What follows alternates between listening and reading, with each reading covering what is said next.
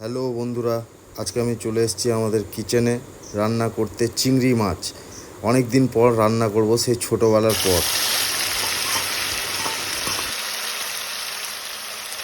নিয়ে নিয়েছি 250 গ্রাম চিংড়ি মাছ। তারপর আমাদের মশলা বাটা চলছে এখানে।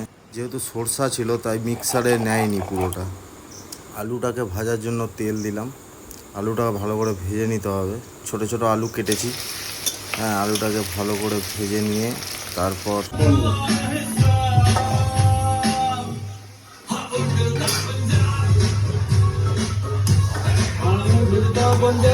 রান্না করতে করতে একটু গানও শুনছিলাম। আমাদের মশলা রেডি হয়ে গেছে। এবার আমি ম্যারিনেট করে নেব চিংড়ি মাছটাকে মশলাটা দিয়ে। তারপর একটু পেঁয়াজ দিয়ে দেবো ভাজা। পেঁয়াজ ভাজা হয়ে গেলে ম্যারিনেট করা ইয়েটা ছেড়ে দিলাম। এবার আলু ছেড়ে দেবো, দিয়ে রান্না কমপ্লিট।